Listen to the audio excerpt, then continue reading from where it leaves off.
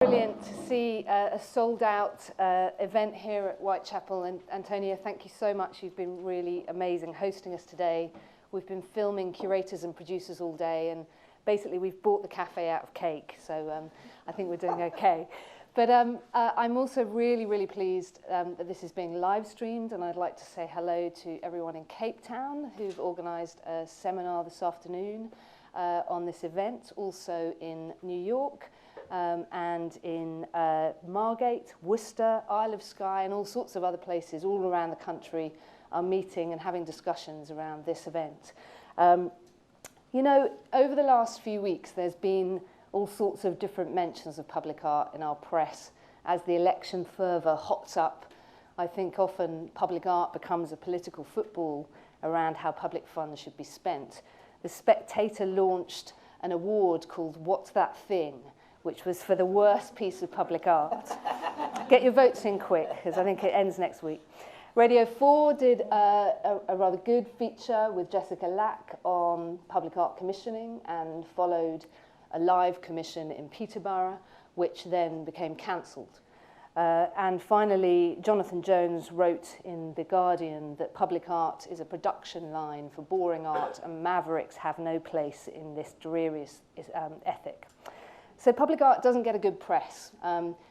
Why should we try and redefine it? Well, perhaps we're not so interested in definitions, but we know as producers and artists and curators working in the public realm that actually the public realm offers the most incredible dynamic context in which to work, in which to support the work of artists, because of the way in which it doesn't require you to cross a threshold. The context is there, it's immediate, you're directly working in the space of people's lives. And we've seen over the last decade the most extraordinary set of new forms of public art and public art practices, which come, of course, from a long history over the last few decades of artists working outside of museums and galleries. But I think we could say that artists have really begun to shake up the lifespan of public artworks, to rethink not only public space, but rethink public time, rethink the nature of how an artwork might unfold in a particular space. And I think we've also seen them use strategies of displacement, material displacement. We've seen them intervene and create interventions and disorientate and unsettle their audiences.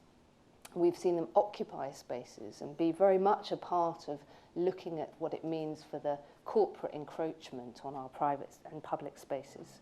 And we've seen them really shake up what we understand to be permanent and the memorial in public art and that history.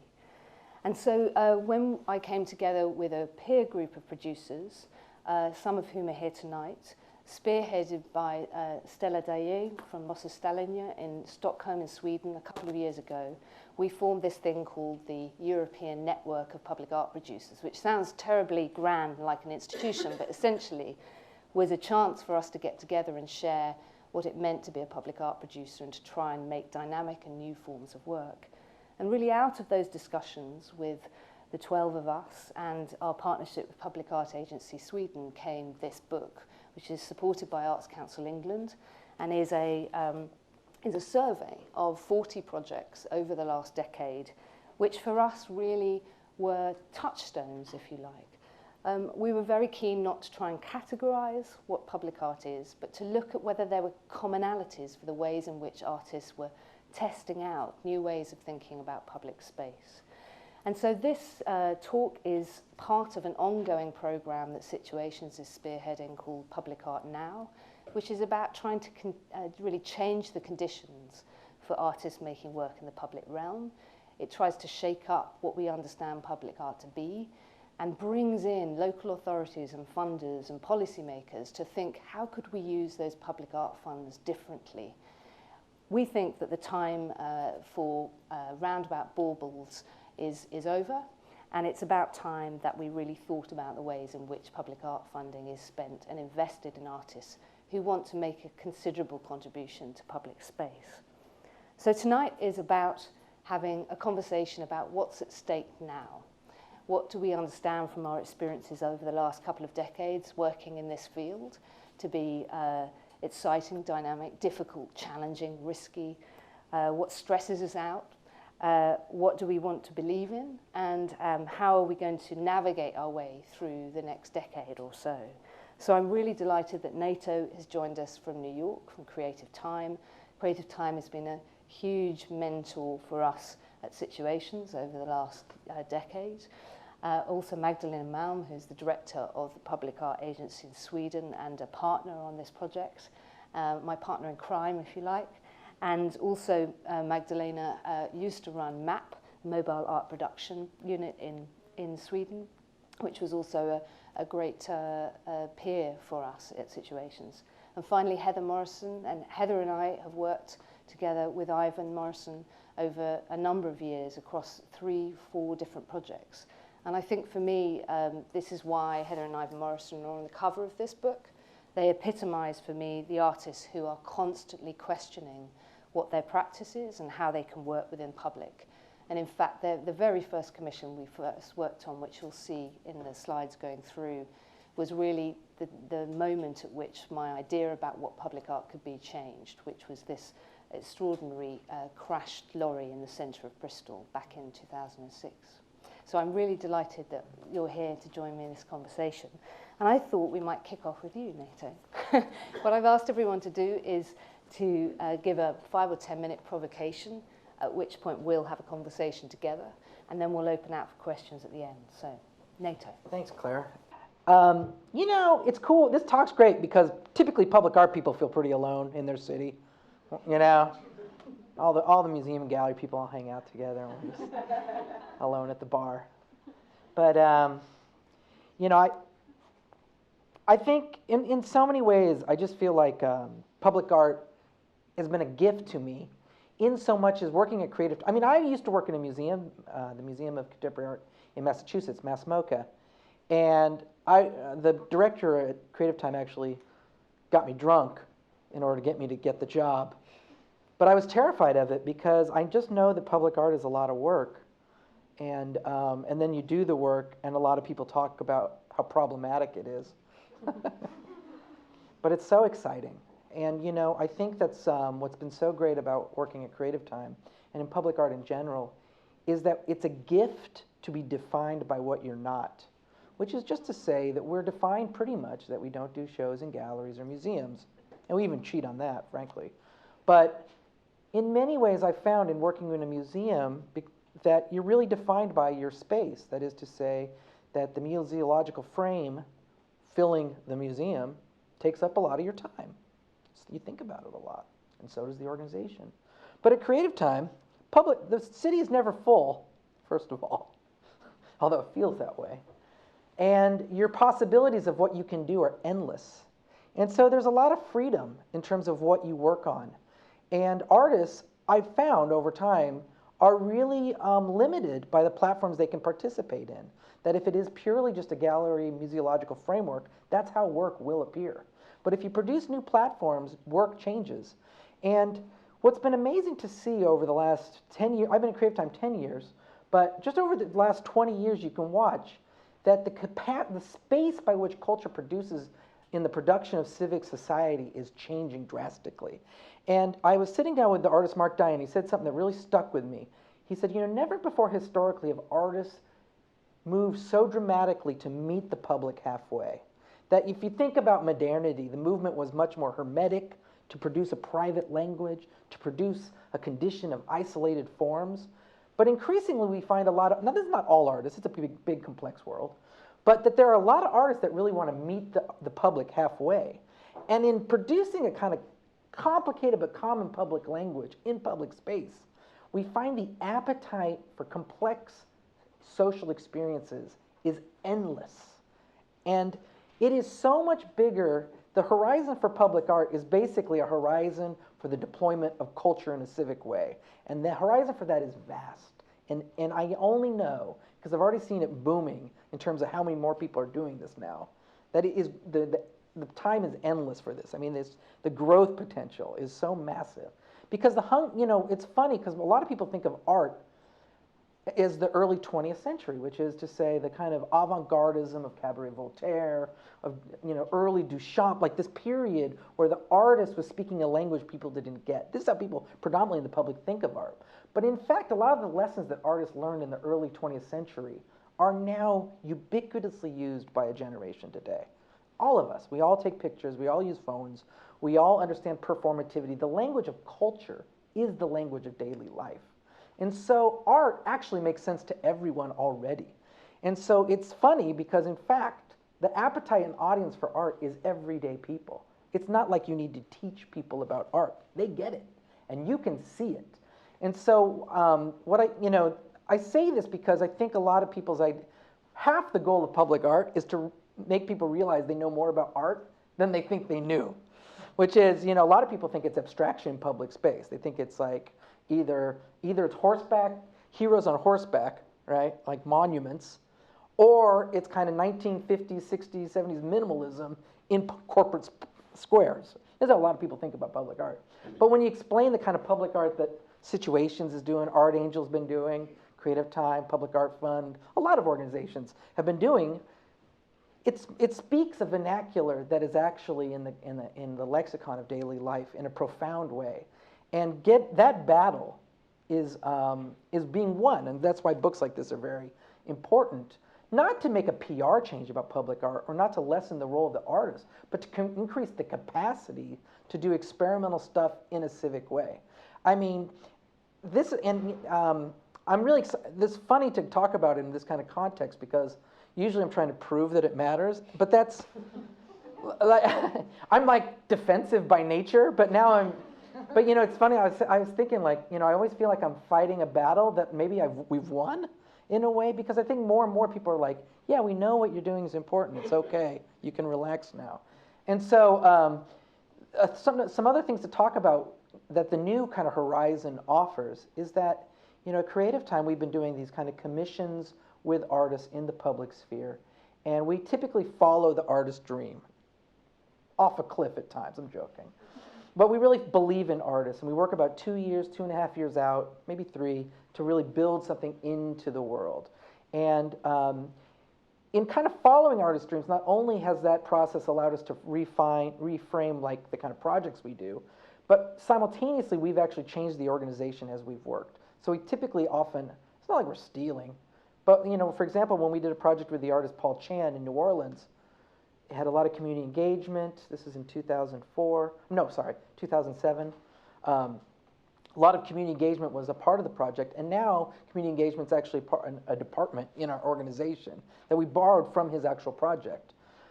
I'm running out of time, but some other things I'd like to say is just that we've also learned, we have a project called Creative Time Reports, which is artists as journalists, that has a partnership with The Guardian, the BBC, and Al Jazeera. But we've also learned that big media outlets are interested as artists for content providers. So now we have a whole wing that's called CT Media that's really looking for the ways that artists can participate as contributors to the questions of daily life in the outlets of major press, right? As opposed to the ostracized world that we're used to art operating in.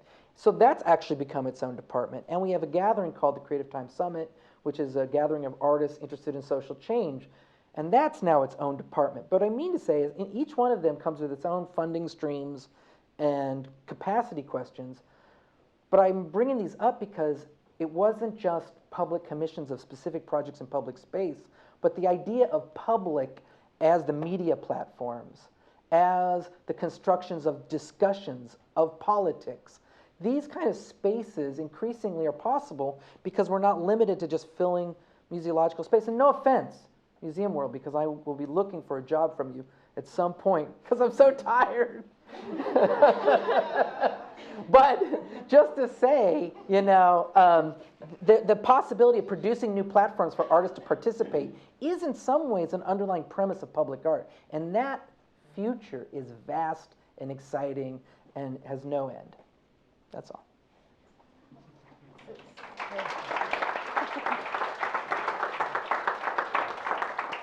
So I have a starter question, if that's all right, which is about control, okay? So there are those artists, you talked about this going in search of or wanting to meet the public halfway.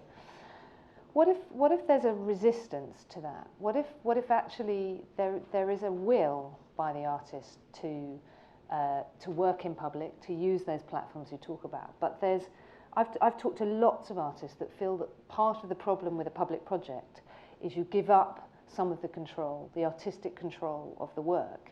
And whilst there's an understanding that the artwork might need the public to be enacted, we know plenty of projects that once they're out there and they have their own life, it's very difficult to control it. And that's certainly sometimes the lure of the gallery and the museum, and certainly the market, which is there's a degree of control over the outcome.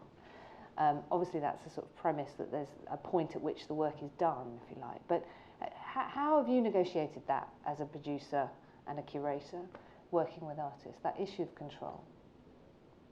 Well, it's funny because every artist is so different, you know. But I think a key thing about, well, first of all, lack of control. Sorry, that's a therapist issue too. But you know, it just depends. I think that ultimately part of the curating job is to know. It's so funny. I had a writing teacher when I was in undergrad that said something very funny because I was like, it was a poetry class, and I said, what if I make poems that only make sense to me? And he said, those are the best poems, but you have to keep them to yourself.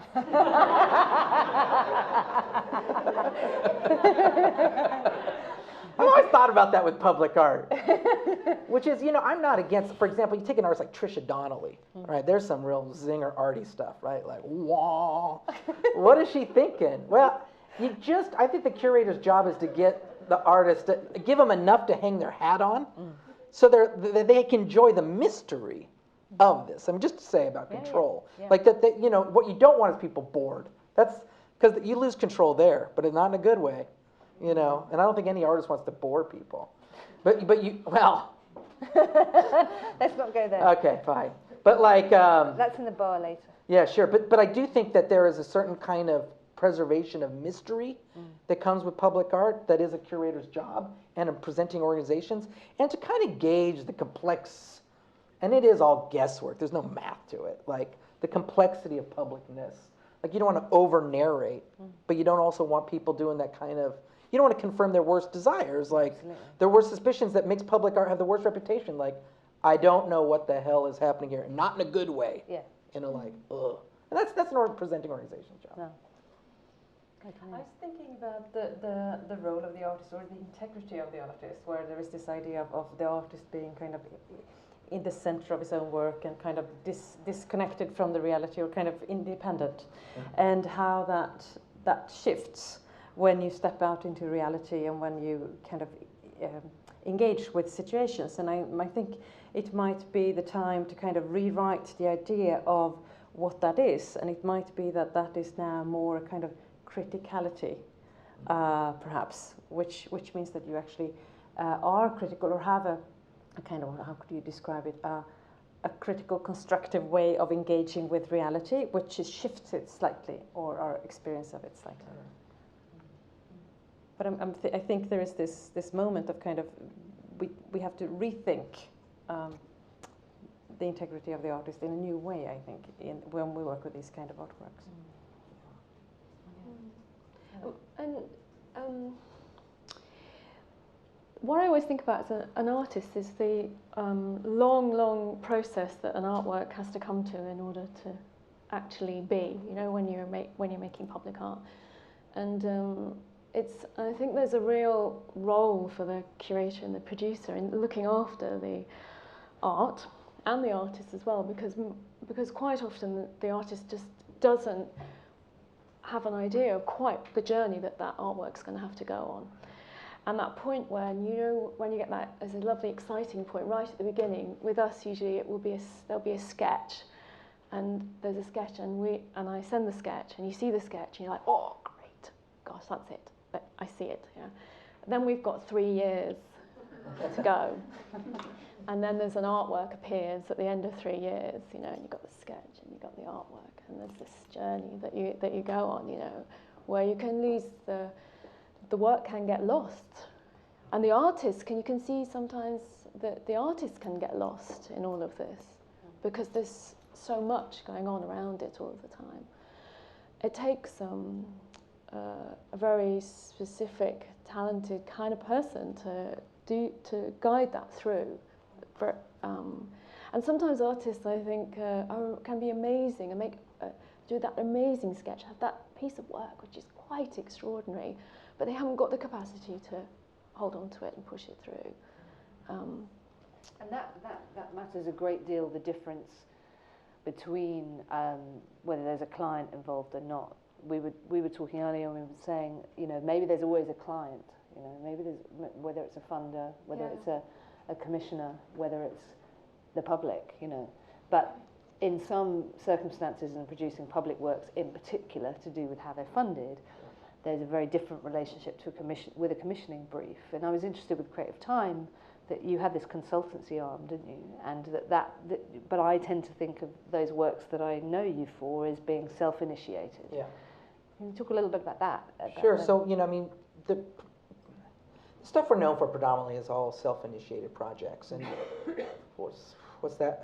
I'll say the way we work is we date artists, which is we don't like some places say, okay, artist X, we want to work with you. What do you want to do? And then they pitch a project and then do it. We don't work like that. We actually just kind of say, hey, if you have an idea, maybe we could talk about it.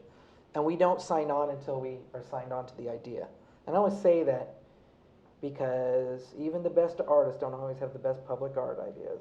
No offense, artists of the world. But it's also because you put a lot of resources and commissions and people's time and energy on the line. You want to make sure when you have a really beautiful idea, things fall into place. But that's where a lot of our dreams and stuff come from. And so following that, we used to do a lot more consultancy, and that was where we had clients that we'd kind of work with. That's just typically such a waste of time because typically the clients don't get it, or they think they respect artists, but they really don't. And they think they love artist dreams, but they really don't. And they think they know art, but they think they know art better. Like it's like designers when they work with people, and the people they work for think they know design better than the designers. Any designers in the audience? It's the same thing, and we ended up wasting a lot of time and energy, and it puts a lot of resources in it. So you're only as good as your programming. So we kind of have headed that way. And I really have to say too, because increasingly we know, like a lot of people are coming into this public art game. Respecting the artist is very important, and finding people that know how to do that is so critical. And having time to give the artist time to think through things and not operating fast. That's a resource question, but that's extraordinarily critical. So that's a lot of how we work. So Magdalena, you were going to talk a little bit about the transformation of the institution, because you're heading up now the National Agency for Public Art in Sweden. So how does that work in regards to making those decisions about the kernel of a project and how it begins across a whole country? Well, I think I have to start a little bit earlier, where I actually, it was around the corner here that I experienced an artwork by Janet Cardiff. Some of you might have done that walk. And where she places the audience, me, right in the center of the work.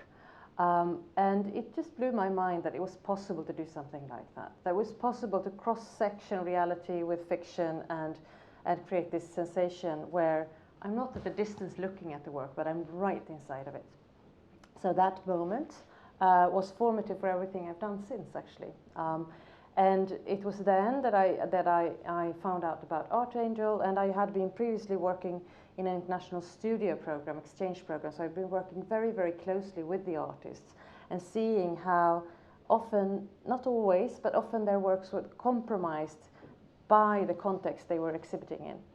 And so when I experienced this, I was like, this is something I have to try, and I want to set up an organization in Sweden where I can invite artists to do amazing projects and just find the right situation. So the whole organization is set up to follow the artistic process rather than starting with a space and filling it. So the whole idea is kind of the artistic process in the center, and that should determine everything in how this organization is set up. So that's how I started MAP, Mobile Art Production, and it wasn't really that I was interested in public space or public art. I was just interested in how artists were working, and I wanted to transform what I saw of practice into a reality of an institution. And so when I've been doing that for about 6 years, I was asked to be the director of the Public Art Agency in Sweden. And for me, MAP was two things. It was building a platform for artists to realize works, which is missing, definitely missing. There was Måste-utställningar in Stockholm, and there were no one else really working in this way. And the second one was I wanted to explore and experiment how you could build this new kind of structure, institutional structure, because I think we are very innovative when it comes to content in art institutions and cultural institutions in general. We are extremely conservative when it comes to institutional structures, extremely conservative. And then I was asked to take over this 80-year-old state agency for public commissioning. And so I thought it was extremely interesting to see, is it possible to go into a governmental structure operating nationally and transform it in much the same way as I did with MAP, which I didn't transform but start. And so what I did was I stepped in there and I tried to understand as many things as possible and about it, not to just wash everything out and say, well, now we're just doing some temporary things, but really understanding also the value of the history of that organization. And we asked the question, what can art in public space be? So we asked Claire and a lot of Tanja Bruguera and a lot of people to kind of answer that question, what can it be? We collaborated with Creative Time to bring the Creative Time Summit to Stockholm to show a lot of examples. This is like the amazing thing, if you ever have the chance to go to the summit, you just have, it's a survey show. You can't make a survey show of public art, but you have like all these presentations, so you get like the whole, yes, it's a survey show. And now we collaborated on this book to kind of formulate what could this be. And what we did at the same time, what we had to do, it was an administration kind of responding to questions from outside of new commissions. So instead we kind of tried to, and we had like, the producers were not in the organization, so we twisted the organization inside out to have the curators and the artists and the dialogues about the art in the center of the organization. And I've tried to set it up in a way that everything we do, even if we have a lot of regulations as a state agency, will follow the artistic process. Which has meant that we still work with permanent commissions, but we do them in other ways. We expand the ways we can work with the permanency, because there is a piece here by Gabriel Lester where papers are in the air. It's a permanent work because it's a still from a film, if you imagine, but it's sculptural. So after 20 years, the paper is still in that still, but the surrounding is changed. So that's the beauty of permanency if you use it in the right way. And I think I've tried to, we have also then added temporary projects because it's a way of, that's our laboratory, that's what we can explore things. And we work with urban development projects, so, but the temporary project is the heart of the organization because there we don't have any conditions and the way we work with them inspire everything else that we do. It keeps us alive and it's like the motor, the way we always are reminded of what artists themselves want to pursue. And I read this amazing text by Spanish philosopher Marina Garzas, and she talks about representation and transformation. And she says that if you really want to step into reality, really into reality, not represent reality, then you have to be ready to transform. The artist has to be ready to transform. We understand our own, we understand power structures, we understand our own blind spots and so on. And it's the same with an organization. So now we are taking a new mission working in social housing areas all over Sweden. And I tell my team that we have to be ready to transform, because if we don't transform in this process, something is definitely wrong. Yeah. I think that sense of transformation, what I'm interested is, so that's the rhetoric of transformation is kind of everywhere, particularly in arts funding at the moment in the UK.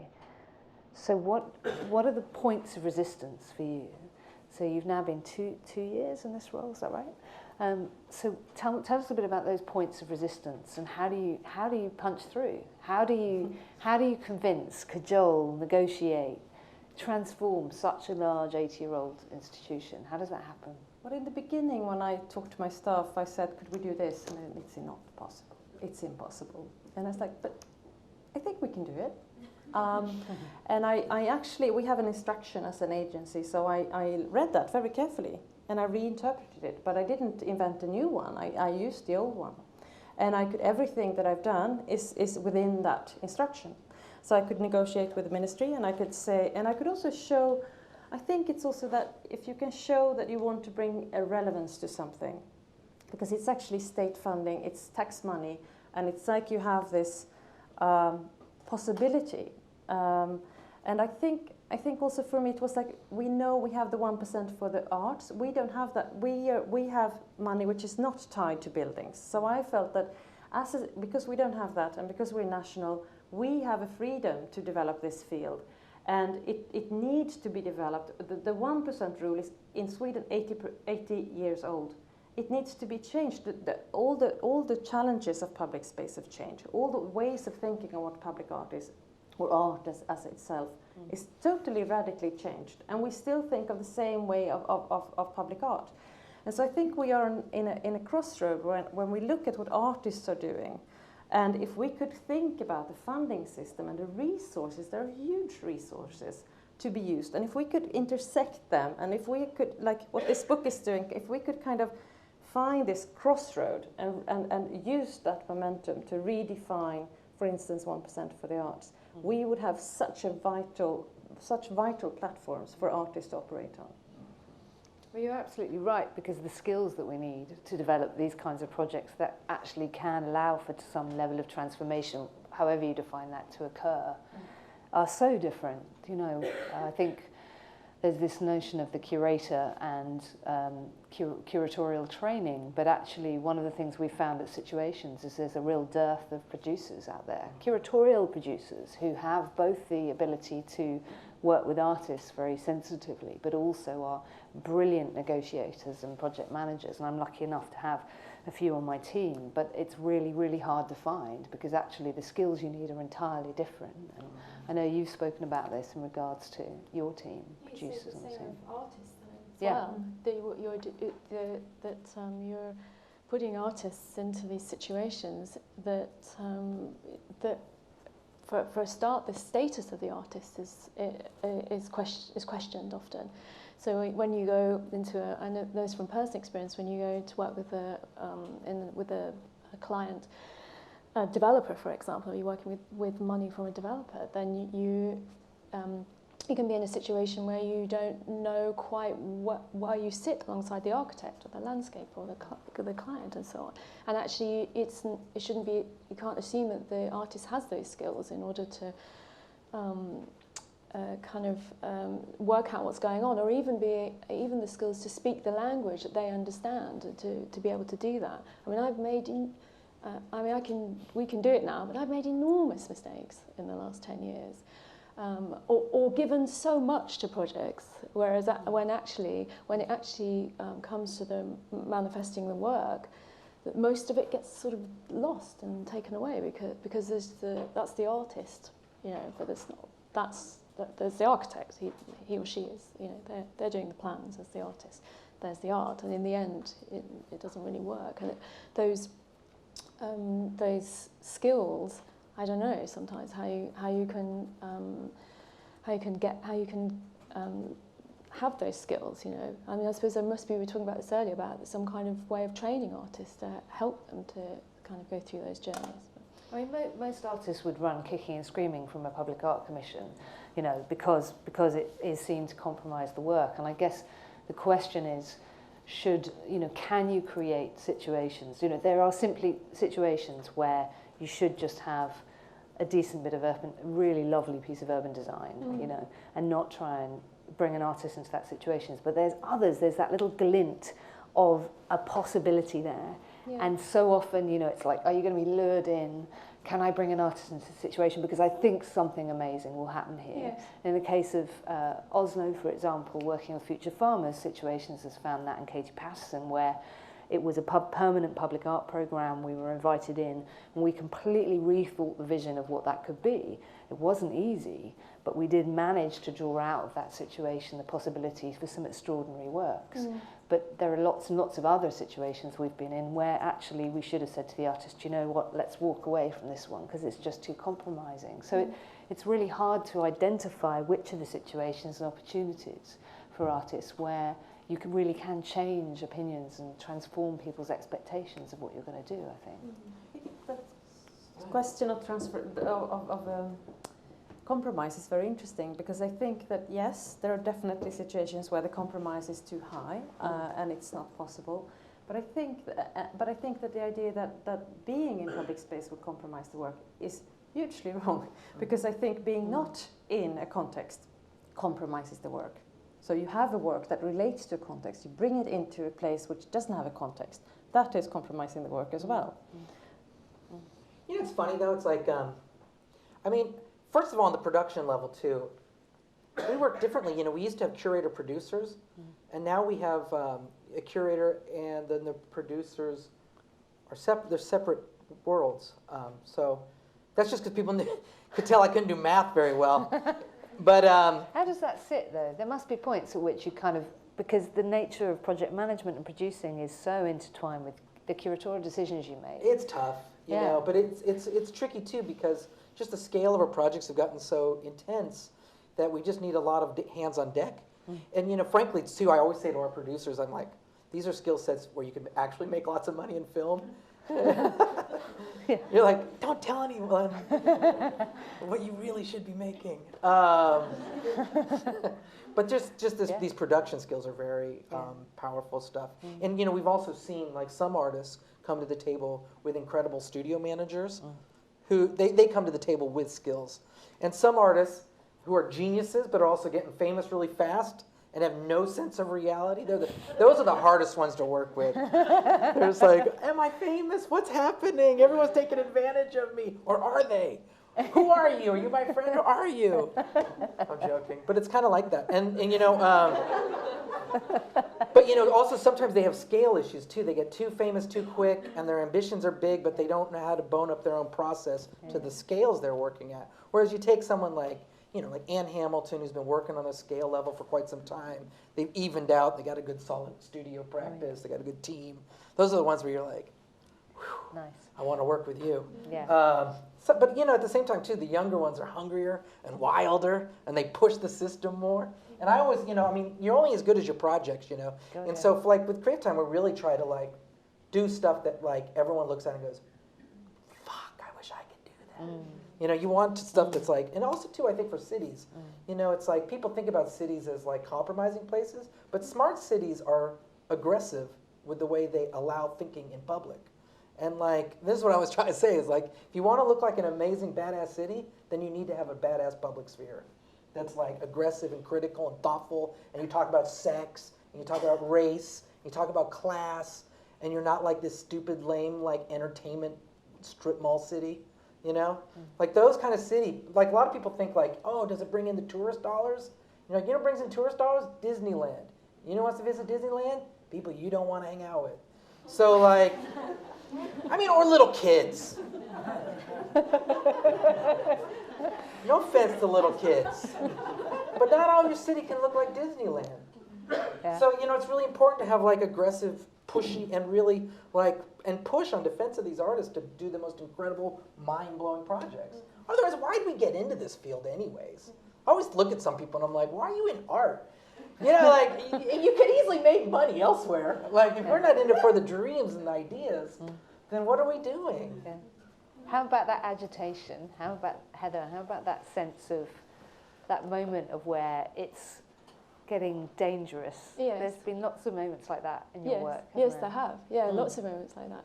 In fact, when I was thinking about what I was going to talk about, and Claire asked me to talk about crisis, actually, and I sat there with Ivan. There's no reflection on our working relationship. No.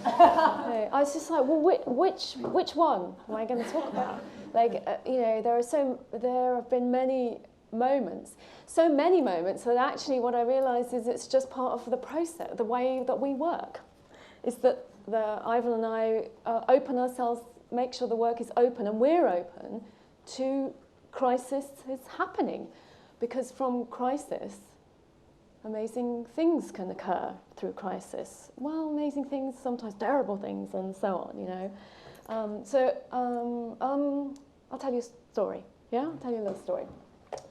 So we had a little survey, Ivan and I. What's the worst crisis? You know, there are some, you know, like there's the really humiliating ones that really get you inside. Nobody realizes is happening, and you manage to cover up. And then I thought, well, no, I won't. I'll actually tell you what's the worst thing. Okay, the complete destruction of one of my works, gone. Yeah, so I thought I'll tell you that story. It keeps coming up. There's a dinosaur that keeps coming up. It's a work called Luna Park. So about 4.5 years ago, I'm walking to school with my daughter, little 4-year-old daughter. It's about 8:10 in the morning. And as I'm walking to school, I look at my phone. I realise I've missed a call from the director of Aspects Gallery, Jo Bushnell. She's called me at 8:10 in the morning. I think it's kind of strange. Normally you don't get a call at that time in the morning, but, you know. And at the time, Luna Park was on Southsea Common, which is a big piece of common land just outside Portsmouth. And Luna Park, maybe it'll appear in a minute, is a full-size Ultrasaurus. And it's the last day of its time in Portsmouth, and it's about to be shipped off and go to First Sight in Colchester. It's actually before First Sight was built, but when it's shipped, it goes beautifully on these. It goes in 4 pieces on these 4 articulated lorries. There's 4 pieces of this dinosaur, and off it goes all the way to Essex. It's going to be great. So I dropped my daughter off at school, and I picked the phone up, and I don't know whether this helps, but I'm 4 months pregnant at the time, and I'm really nauseous, and so I vomited there, and I'm ringing Jo at the same time. It just sort of paint a picture for you. It's like this, and I ring her like that. And Jo, I said, Jo, you know, she said, Heather, Luna Park's gone. And I was like, what do you mean? You know, it's Luna Park. Somebody's burnt it. Someone's buried it. Yeah, it's gone. It's burnt down. My heart sort of stops. And the first thing, of course, you know, is anyone hurt? You know. And no one is hurt, she said, but it's gone. You know, I'm just going to go on the Today programme to talk about it. And I said, okay, right. And, you know, I said, well, do we know what happened? You know, well, she said, well, you know, you need to look on YouTube because someone's posted this amazing film of your dinosaur burning to the ground. So I get home and I see it's an anonymous video of the dinosaur burning to the ground. It looks amazing. and so I say so Joe's like, what are we going to say? I don't know. What are we going to say? You know, and I said, well, what do you think? How do you feel, Joe? You know, and she said, well, it's really sad, isn't it? It's really sad. I said, yeah, it's really sad. It's really sad. And she was very, very shaky. She's much, much more shaky than I was about it, actually, as the commissioner and producer of the work, you know. And this is a work that's been, was 4 years in the planning, you know, and it become like the town mascot. You know, only the week before there had been, you know, Southsea Common's used for lots and lots of different events, and there'd been like a vintage mini event, you know, and there was just hundreds and hundreds of minis, and then there's this Ultrasaurus just poking out, and all these minis everywhere, and people would drive underneath it, and kind of, you know, and it was a very successful work. And I want to just talk about success and failure as well, and as well what the definition of that was. So at the time, it was defined as a really successful piece of work. One of the things that I loved most about this work is at night, its belly lit up. And so it was the size of a 2-story building underneath its belly. So it was like a big room, and it was summertime. And what was happening is people were hanging out underneath the belly at night time and drinking and smoking. And our work is, I always like to encourage all kinds of behaviour with our work.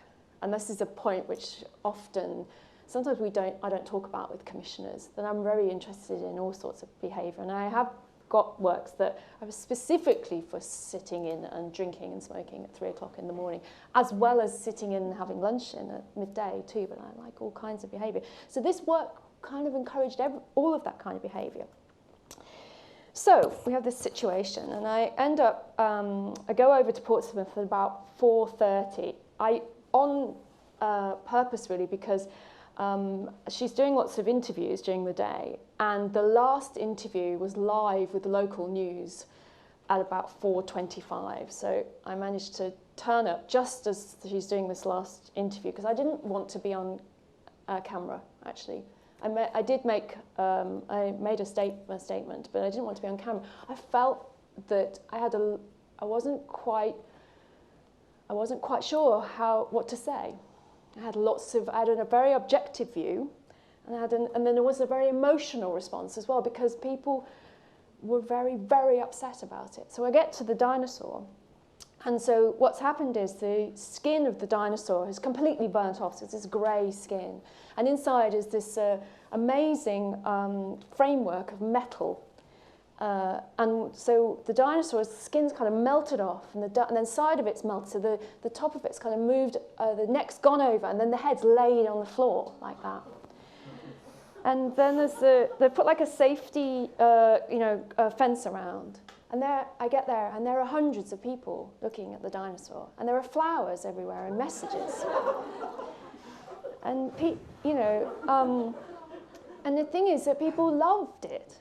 I didn't know that, but I know it now because someone's burnt it down, and people loved it. And then my email is filling up, with emails from people, and then there's a sort of Facebook kind of campaign. I don't use Facebook, but I've been told there's a big Facebook campaign about getting it back, And people, so there's this incredible sort of outpouring, and people went from sort of feeling really angry and feeling embarrassed that someone in their city would do that to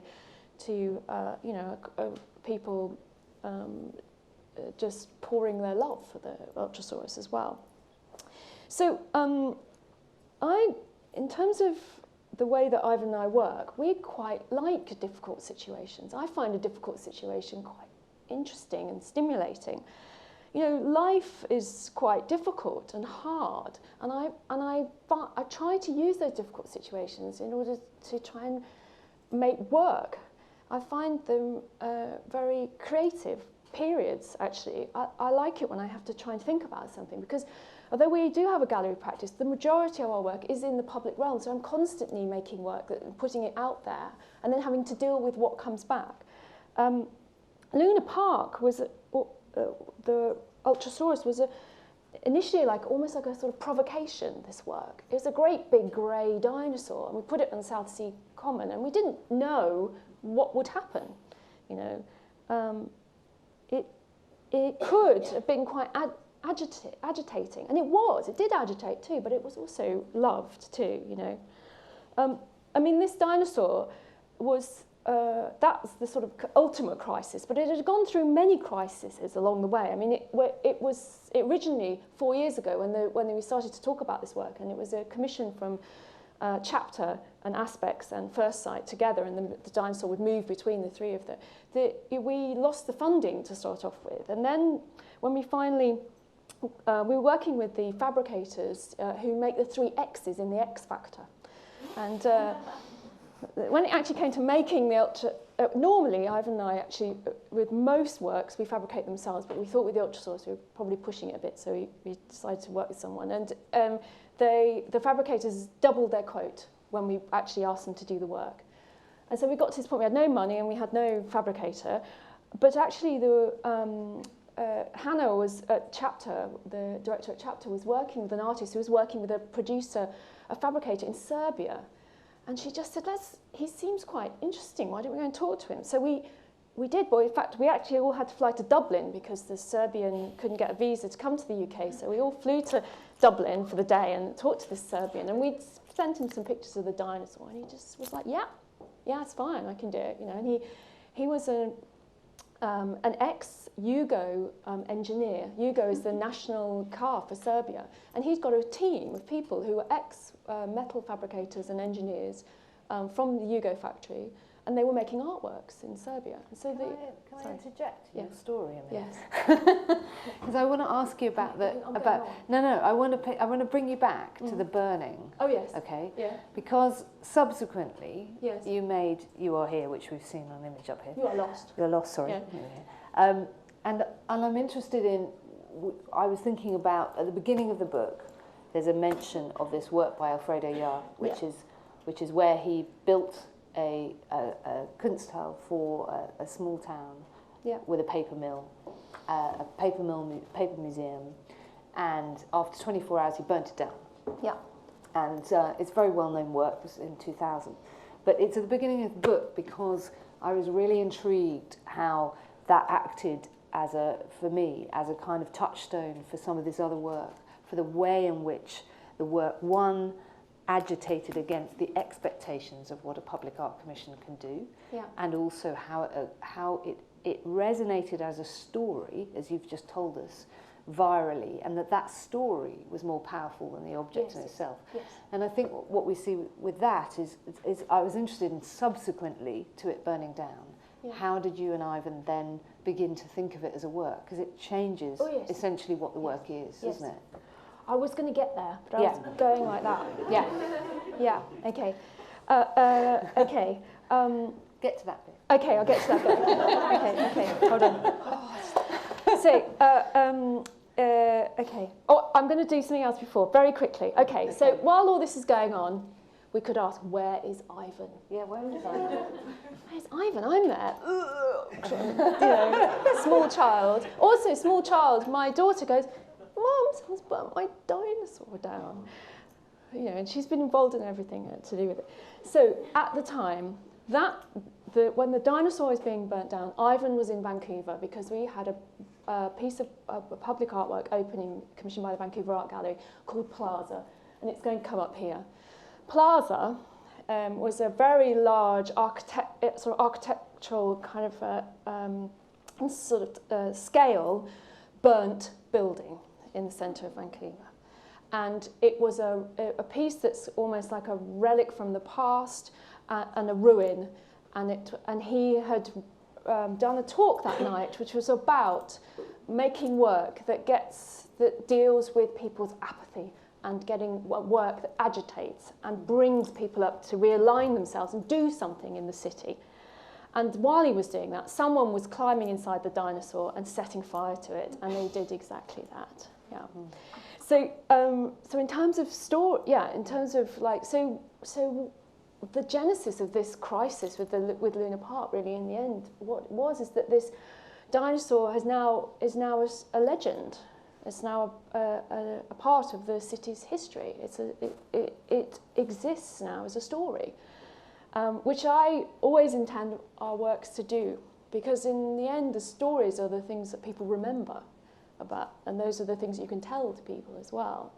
You know, and if you have a sort of a deep, strong message, which I hope my work always does. I hope the work has this power and broad enough shoulders to kind of hold on to and deflect and absorb everything that comes at it, and that it stays as a kind of story in your mind, and that it was you remember it and it stays with you. Sometimes you're not even exactly sure why. Can I just talk about success and failure very quickly? I think it's really important, because I think lots of people say, we're all constantly defining art, public art in particular, or defining ourselves as to what works and what doesn't. You know, look at a piece of artwork and you think, oh, that works like that, that doesn't work, I don't know, But I think a work absolutely can be both, and it doesn't need to be either as well. And I think the work, as it goes through its sort of journey of production and commissioning and installation and de-installation, it goes through lots of different points when it is successful and when it's not a failure and when it happens at the same time. I think that I think the only way that the work, a public art really works, is if at some point it does bring you to it does unsettle you.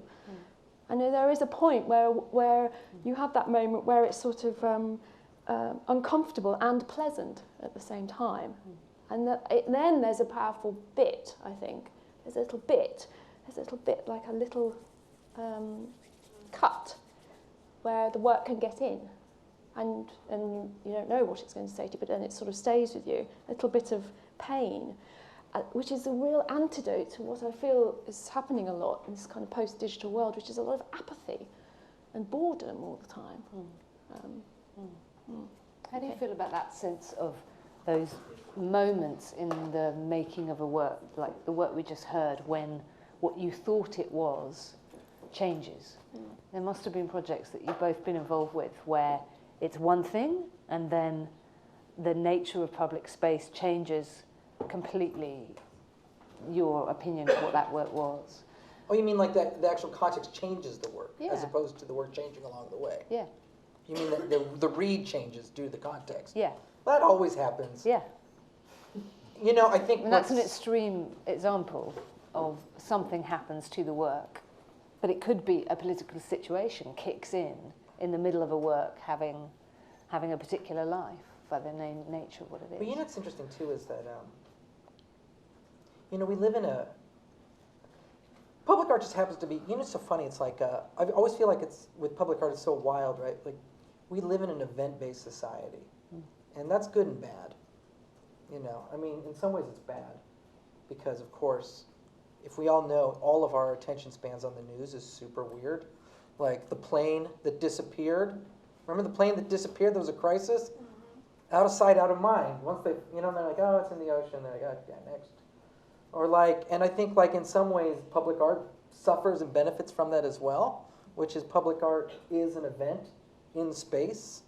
And so it erupts, like we did this Carol Walker project last summer, and it erupts into this kind of cyclone of internet chaos and exciting discussions and debates and audiences, and it's all in this historical moment. And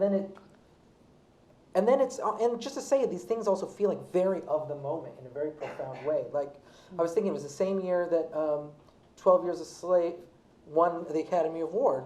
And I was thinking of it as these bookends of like culture, where this was a kind of slavery discussion that you could have in public, on social media. And it felt like I was like, this is very 2014, summer 2014. But also in a kind of other way, I think about how mixed I am about these feelings sometimes with public art. I don't mean to be so melancholic, but it's fascinating because these, particularly temporary works, they're of such that moment. And particularly the way they work across media platforms too. They feed into that historical moment very rapidly. As opposed to, you know, I don't work in permanent work, but you know, permanent work is such a fascinating thing where it moves across temporalities and news content. I think also because we work on such historically loaded projects often, or very politically loaded, they're very temporally geared towards that time. Don't you think, I find it fascinating sometimes when we're working on a permanent commission, because what the permanent commissioning brief is often about is the future.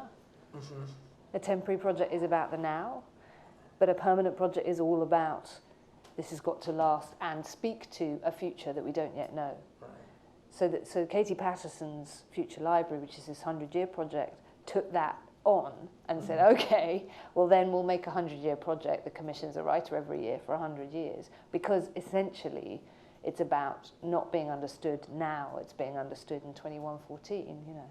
But even when we're doing a work for the Magna Carta at the moment with the artist Hugh Locke, and every single time we say it's not a memorial because it's not about the past, it's about the future, it's impossible, because of course you're only speaking in the moment. We have no idea how this work's going to resonate 10, 20, 30, 40 years' time. So it's curious, that, I think.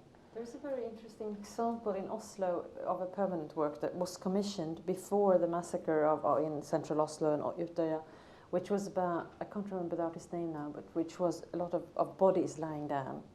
And that wasn't controversial at all before this happened. And after it happened, it was absolutely impossible to put the work up because it was so charged. And I think that is it's very much like that when you work in the public realm, that a political event that you would never a terrorist attempt or whatever could totally shift what you can show in that moment. And I think that's very true. And I also think that we find that works suddenly after 30 years, people get extremely upset because what upsets us change and what is taboo changes. And that's also very interesting that it kind of it reflects so much on the time where we are and how time changes our ways of looking at things.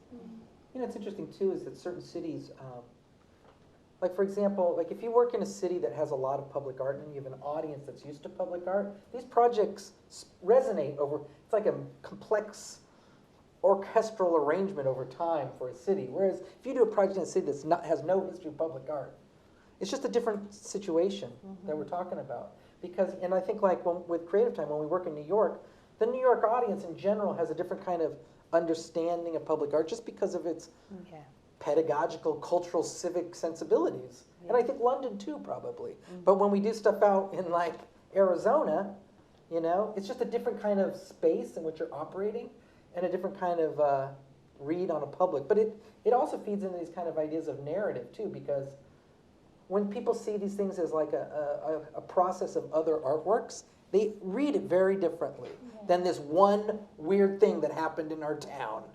That's a very different narrative. Like the time the crazy dinosaur came a-visiting. You know, that's a different story. But also the very nature of place as well, not simply a history of public art, whether a place has that, but getting under the skin of a place. Because we've never worked in London at all. We always work outside of London or internationally, and where we start is getting under the skin of a place. We say, well, how does news exchange in this place? How do people, is it an event culture here? Are there festivals? Are there events? Are they used to weird stuff happening in their public space? Or actually is it a very private culture in this town? And actually to do something in public space here is going to feel very strange. We're going to move to questions from the floor here, and I think we've got some questions from the live stream events as well. There's a mic, if you don't mind waiting for the mic coming round so that so the live streaming can hear your question. Yeah, here. Hello, is that working? Yeah. Hello, thank you, that was really, really interesting.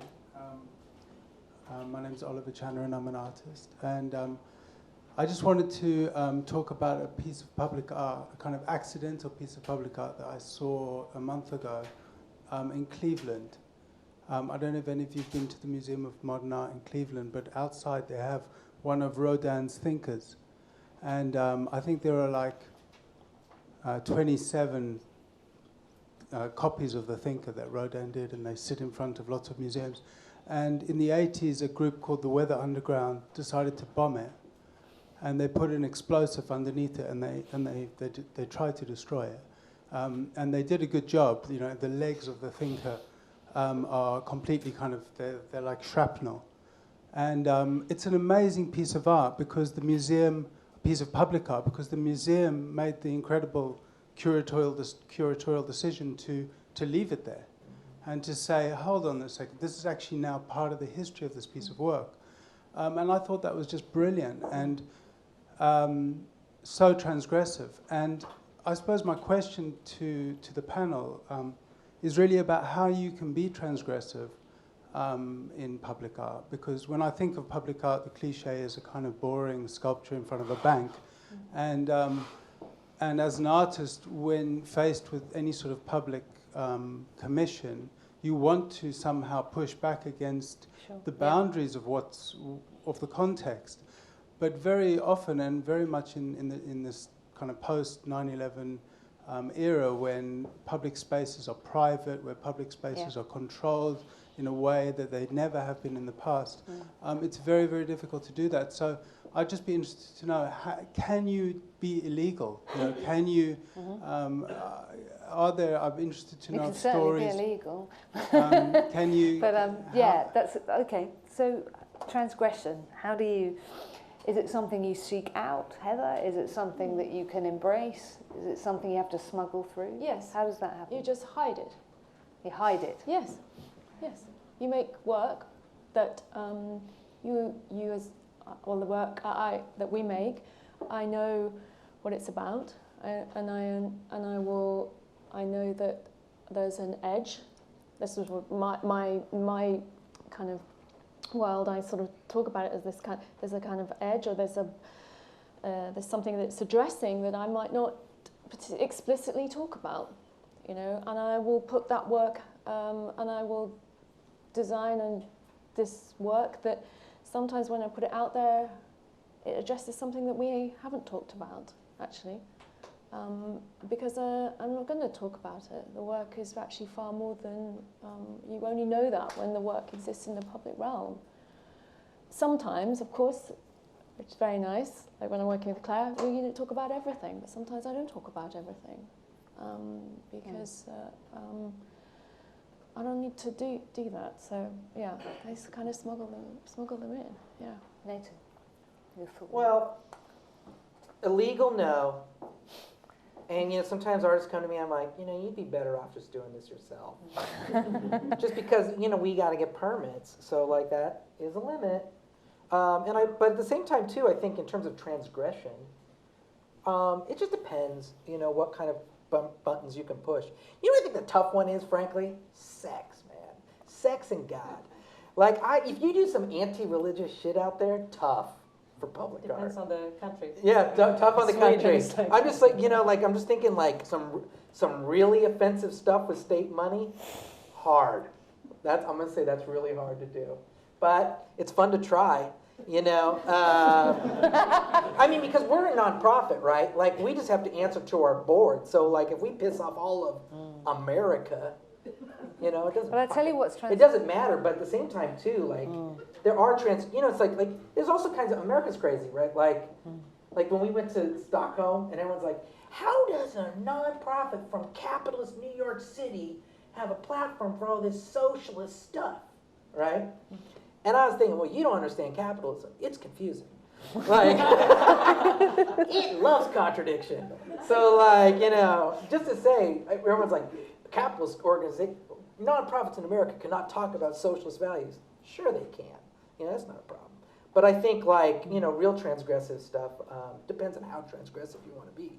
Like revolutionary, some stuff I'm like, don't kid yourself. You're never going to you better go do it yourself. And in the sex and God thing, I'm not joking. That's like those are the tough ones. And like, you're in a state organization, you must have some like.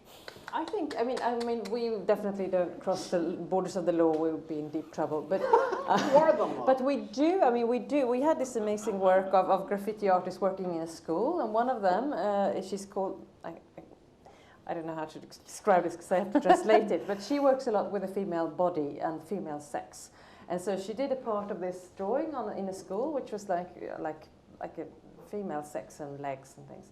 And the students didn't really mind, but a few people said it would be harmful for them. Yeah. So we have this amazing woman who used to work as a field assistant in a really tough suburb. She goes there and she talks to everybody, and she's like, what she manages to do at the end is integrate this discussion in how they teach, how they talk about sexuality, the female body, and so it's actually possible to push the limits pretty far, but you have to be super prepared to just be there.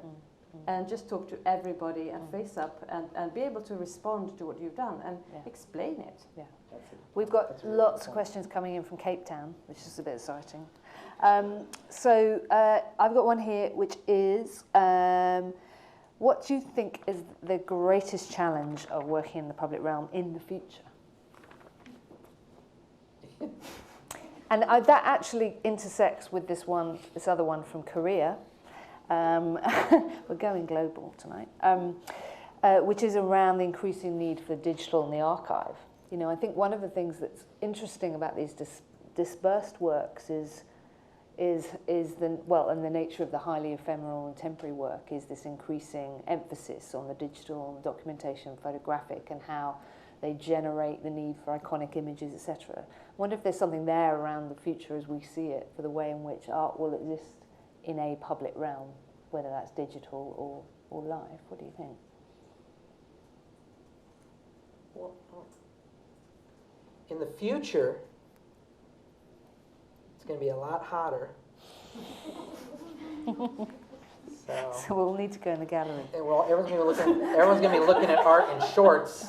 Water art. Yeah, a lot more water art. Yeah. Now, but I was thinking too. It's like one thing I've noticed is that just talk about the role of social media, which is to some degree about documentation, but it's really radically shifting. I mean, every day it's so funny because you know how like everyone's like 10 years ago was like, hey, what have you thought about the web or something like that? And now everyone's like, hey, what's your social media plan? And you're like, that's not a question. That's just you just pretending you're asking something. But nevertheless, social media is really a fascinating thing around public art because it radically shifts what's happening in public art. It becomes its own work. And the movement between physical space and digital space will, I don't know which direction it's going, but it's going to radically shift public art because we're still kind of in the headspace that these are two different worlds, but they're not going to be. They're going to be one crazy Keanu Reeves inspired world soon. And I think that's going to really be exciting and a real opportunity to think through possibilities and communication around projects and also just in interactivity with projects. Yeah, and I think there's a question here from Brighton around whether public space or whether public space and public commissions always compromise the artist, and surely other contexts also compromise the artist, clearly. But I think I think what we were talking about earlier to respond to that is very much to do with the commissioning briefs, And I think what we've discussed tonight is very much that shift that we see happening, which is an understanding of what can be commissioned. And therefore there's intent. There's intent there that they want an outcome of some kind. But of course what we're talking about there with social media is the lack of control, right? So you have intent for an outcome, but of course you have no control over what that outcome might be if you're dealing with the way in which a work might unfold on social media. So we're going to have to see, I think, in response to that question about the future, entirely different kind of commissioning briefs. It's going to be the entering in of a partnership where you don't know where it's going to end up, as opposed to, a kind of fixed commissioning brief. One would hope, I think. Is there another question in the audience? No? Yes, here. I've got a question from London here. Yeah? Is that where we are? Yeah. Okay, hello everyone. My name is Taryn and I'm an artist. Just wondering a bit about public artwork as regeneration. I visited Folkestone in Kent this past fall, and they had a triennial of public artworks. And some of the public artworks are temporary, but some became permanent parts of it was almost like the city as a living museum in a way. And there was an interesting contrast between people who are visiting the city to see the triennial, and then people who I spoke with from the city who said, why would you ever visit Folkestone? Like, it's terrible here. Why would you come here? Yeah, so I guess just thinking about works made for projects like that and kind of balancing the social implications of that, or what you want out of that with artworks, I guess, or an artist's intent as well. Yeah. Yeah. Magdalena, what do you feel about the role of artists and art in the regeneration? Because you're working a great deal with that right now. I mean, I was going to say that's the big challenge for the future. That art will be, in Swedish we say, hugged to death. Because developers are,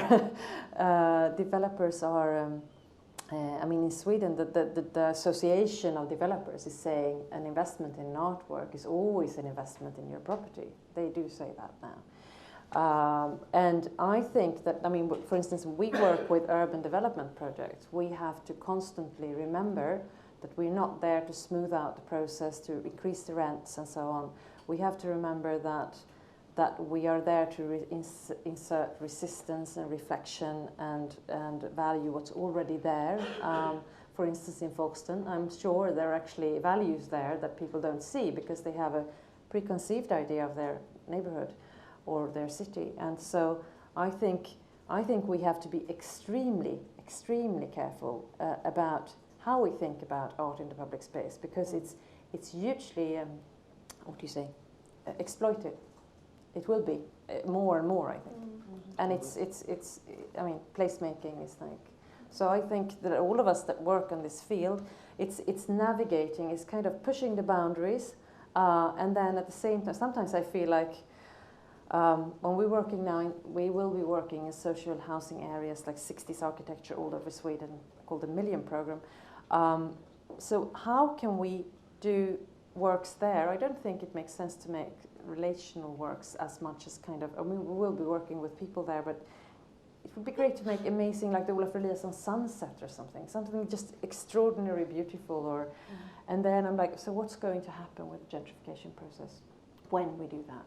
And I think we can't solve it, but I think we really need to we need to go back and forth and reason and understand what will this do, and then we shouldn't refrain from doing art because it might shift that, but we shouldn't go the errands of the property and stakeholders. I agree. You're great. I'm glad you're in charge. Yeah. That sounds great. Yeah, but I know that I get shortlisted for lots of commissions from people who don't speak that language, actually. And there is, in regards to the future, there is a lot of artwork, public artwork being commissioned. There's a lot of money available to do public artworks. And I can't tell you how many I've been turned down for, just so many, because actually when you get to the point of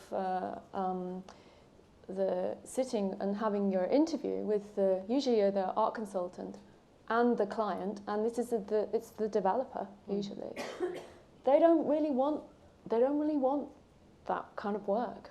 They really don't, you know. And there's so much more other kind of work that's being commissioned, which and of course it's very attractive to artists these public commissions are very attractive because they come with a very large budget, you know, and they're the kinds of money that's not available if you're even in the commercial even with commercial work.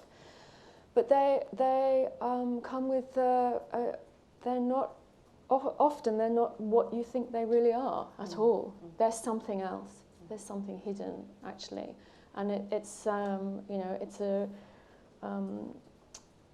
it's another meaning for that work, which is not something that's kind of made explicit to you.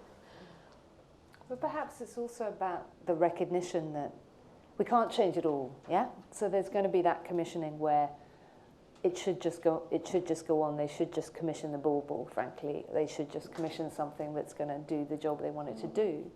But those little cracks of where actually they do want to think about how this might transform a place, not make a place, but contest it, Yes.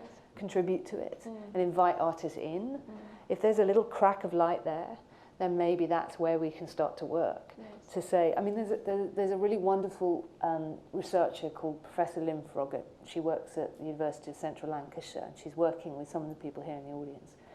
And she talks about that artists allow for the possibility of creative illusion, which is to see things as if they were different.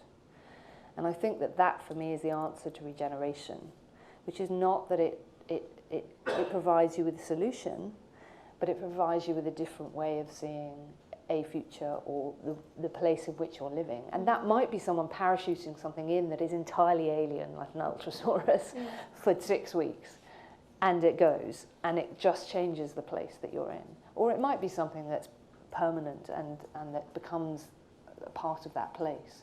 But it is the possibility of creative illusion that artists bring that no one else will see. A designer, an architect, a developer won't see. Yeah. An artist will see that. Yes, yes. I think that's the difference. But of course, too, you know, it's like, not to get all Marxist, but, you know, like, I think capital, I mean, advertising has a spatial corollary, you know, and so, you know, sometimes public art really can pass as just advertising for capital, just like advertising is on television. We can live in an ad. And, you know, and I think it's hard to know sometimes when one is one and one is the other. Because just to say some ads do point at a new horizon. Yeah. Some ads do promise a utopia. Yeah. And, you know, and I don't want to, I used to be, not that much longer ago, I was much more cut and dry about this. But I know it's a little hazy sometimes you know, there's this thing called Cows on Parade. You know, where they bring out the cows or whatever mascot of a city. We have grommets. You got grommets. Yeah, in Bristol, Wallace and Gromit. Yeah, so like, Yeah. you know, like Citibank will paint their cow, Yeah. and then McDonald's and Starbucks, and they get local artists. Anyways, I always think with public art, you always got to be like, am I a cow? Like, is this project a project or is it a cow? And it's not an easy question always to answer for any of us, because capital has a way of infusing itself. But I have a few clues, and all of us are guilty of it. But first of all, let's make an oath. Let's not use that word creatives anymore. I hate that word. And creative economy, I know you mean well when you say it. But let's just, because what it pretty much does is it just smooths out the contradictions of capital when it comes to art. Artists aren't there to make an ad for power, right? And we shouldn't be on this planet to be an ad for power. And we all need to be careful. You know, Kurt Vonnegut has a phrase, which is, we are what we pretend to be, so we must be careful what we pretend to be. So, you know, like sometimes we just compromise ourselves into like, how did I get here? And I think like with all of us with this crappy creative economy stuff, it's flattening out the vast difference between producing complex pedagogical civic spaces and making space smooth for capital flow, right? And so city planners are always like, they're always trying to sell the arts, like, we need to do it because it brings in tourist dollars, or it does this, or it's that. No, we got to resist that language. We're doing this because it makes a better society. And a smart, pedagogical, open-ended society is why we're on this planet, not to advertise power in our city. I mean, God bless London, but it could kind of push back on its infatuation with power, frankly. I kind of think that's a good place to finish.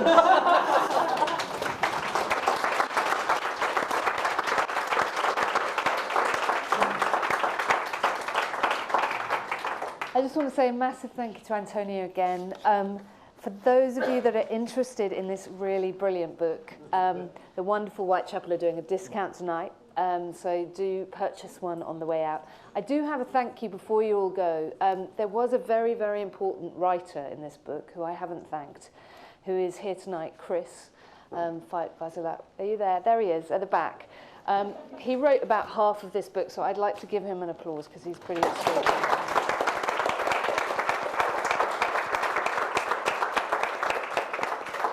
Thank you so much to you all. It's been really a real pleasure to speak with you, and I hope going forward we can go out and spread the gospel of public art now. Thank you very much.